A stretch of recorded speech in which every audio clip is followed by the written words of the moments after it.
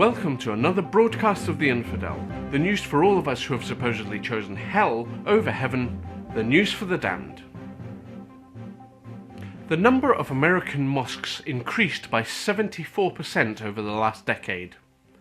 While most Americans were paying attention to events such as the protests against the Ground Zero Mosque, Muslim places of worship were popping up all over their country. From a total of 1,209 mosques in existence in 2000, this number increased to 2,106 by 2010. Most of them were built without incidents or public outcry. This led imams all over the country to say that Americans are certainly not hostile toward Islam. This information comes from a study sponsored by the Hartford Institute for Religion Research, the Association of Statisticians of American Religious Bodies, as well as the nation's largest Islamic, civic and religious groups. The findings published in the February 29th report prove that fears of Muslims becoming demonized after the 9/11 attacks were exaggerated. The states with the highest number of mosques are New York with 257, California with 246, and Texas with 166 such buildings. Russia bans the Chinese Falun Gong religious book. The European Parliament and various European officials, as well as civil rights organisations, have censured Russia for banning the Chinese Falun Gong spiritual book. These actions were prompted following a December 22nd Russian court decision confirming a previous ruling by the lower court banning the Chinese publications. This is just one more chapter in the history of persecution the Falun Gong practice has been dealing with since 1999, when the Chinese Communist authorities started dealing harshly with it. In the following years, that same government started putting pressure on foreign countries to follow in its footsteps. The Falun Dafa Association in Russia complained that there were numerous violations in the December court proceedings, arguing that their practitioners were not allowed to defend themselves.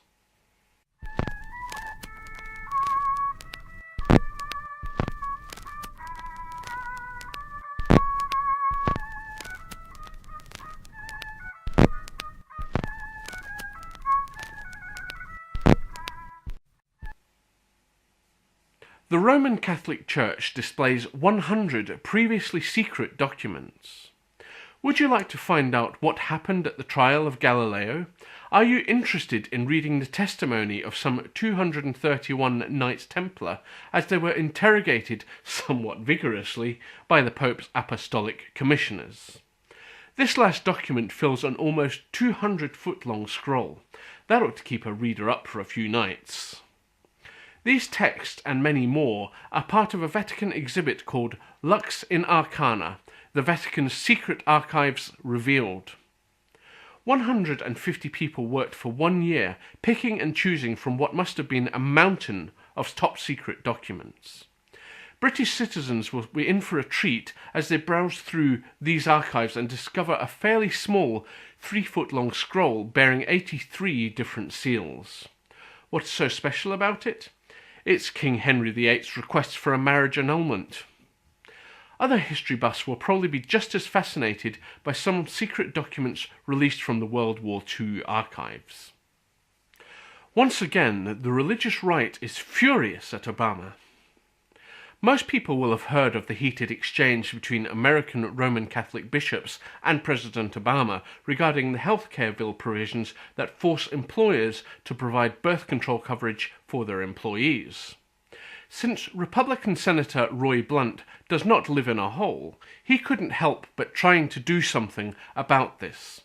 He presented an amendment that would have allowed any employer with moral objections to opt out of the legal requirement. Surprisingly, what has become known as the Blunt Amendment was barely defeated by a vote of 51 to 48. What is a lot less surprising is the reaction of the religious right. For example, although it is the Senate that voted on the proposal, the Christian Defense Coalition blamed the president himself. In a press release, the organisation said that Obama continues to show a profound disrespect for religious freedom, liberty, and personal conscience, and treats faith as nothing more than a political commodity. That's all the news for today. Come back to us on Friday for more news for the damned.